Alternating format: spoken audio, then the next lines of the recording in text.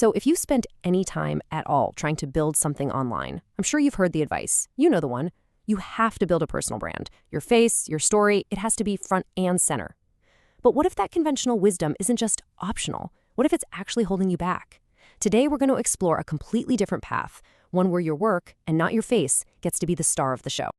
This quote, this probably feels painfully familiar to a lot of creators out there. The constant pressure to perform, to be on 24/7, to basically turn your entire life into content. It's this relentless cycle where you don't just have a product, you are the product. And honestly, that path often leads straight to burnout. It's this feeling of being totally trapped by the persona you've built online. And this leads us to the big fundamental question. What if there's another way to do this whole thing? A way to build a real audience, to make an impact, maybe even build a business, without making your personal identity the centerpiece? What if you could actually separate the creator from the creation? All right, so here's our game plan for today. First, we're going to dissect what I call the personal brand trap. Then we'll dive into the faceless alternative. After that, we'll get into the really cool strategic advantages, figure out how on earth you build trust without showing your face, and then we'll wrap it all up with a simple 7-day plan to get you started.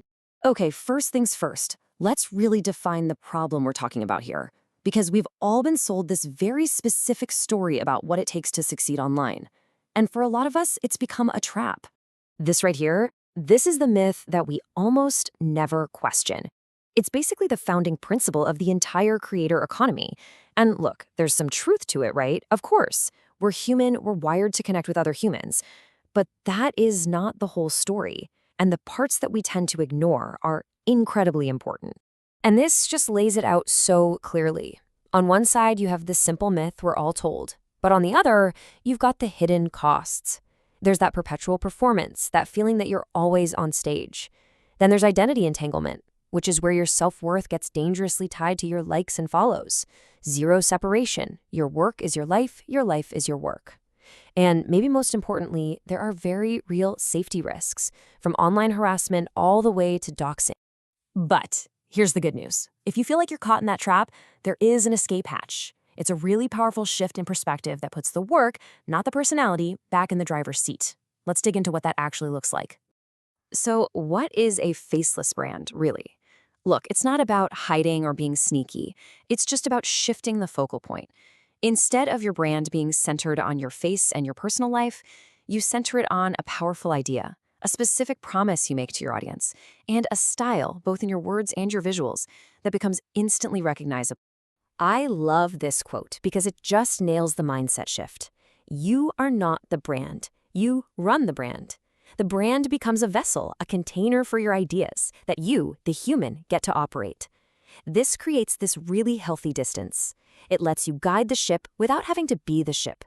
You go from I am the business to I run a business. Now, this isn't just about feeling better or avoiding burnout, though that's a huge plus. Building a faceless brand can be a serious power move with some massive strategic advantages.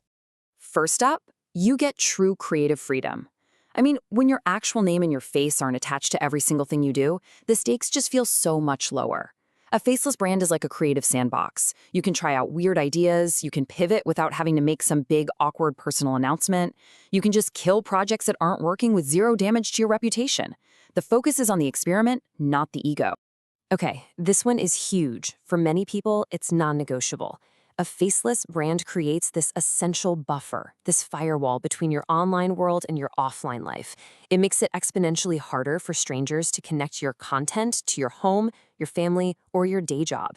And for a lot of creators, especially those from marginalized groups, this isn't just a strategy, it's a critical tool for survival. All right, here's a benefit that is quietly massive. When the brand isn't 100% dependent on you showing up every day, it becomes a scalable, transferable asset. Think about it. You can bring on collaborators, you can hire other creators to contribute, you could even sell the entire brand one day. It has real, tangible value that exists independent of you, which is a financial and psychological game changer. Now, this one is really interesting. When your face isn't the first thing people see, all that unconscious bias has way less to grab onto. People can't immediately judge you based on your age, your gender, your race, or how professional you look on camera. The focus shifts completely to the quality of your work. Is the idea smart? Is the writing sharp? Is the product actually useful? Your work gets to speak for its own terms. And finally, this is all about playing the long game. When your personal identity isn't all tangled up in the brand, you have room to evolve. You can change your mind, you can admit you were wrong, you can shift the brand's entire mission without it causing some personal identity crisis. This allows for genuine long-term creativity and passion instead of just ego-driven stagnation. Okay, so now we have to address the elephant in the room. I know what you're thinking. If people can't see me, how in the world can they possibly trust me? It's a totally valid concern, but trust is built on a lot more than just facial recognition. This is the number one objection, and it makes perfect sense.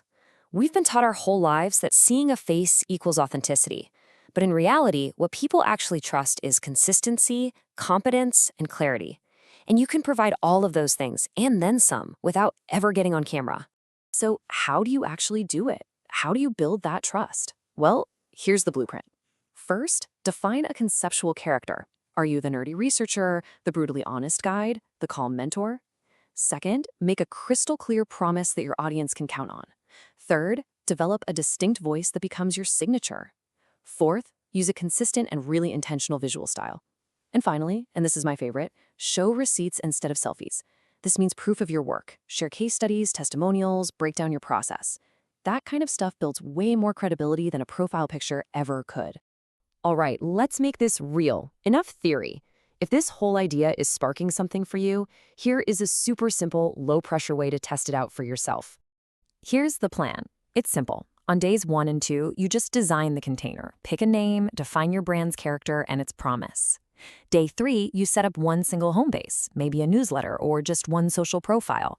Days 4 and 5, you publish a manifesto, a piece of content that clearly lays out your point of view.